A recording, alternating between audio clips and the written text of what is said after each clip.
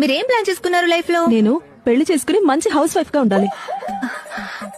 రే ఏంట్రా చాలా పెద్ద కష్టం అన్నట్టు చెప్పావు. ఆమెకున్న కోరికే పెళ్లి చేసుకుని సెటిల్ అవ్వడమే కదా. ఈ జనరేషన్ లో పెళ్లి చేసుకుని సెటిల్ అవ్వాలనే వాళ్ళని చూడటమే గొప్ప విషయం. అవును సింధు, నీకెలాంటి హస్బెండ్ కావాలమ్మా? చెప్పండి విందాం.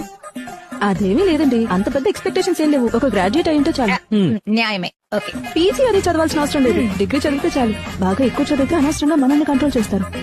Okay Yeah. చూద్దాం.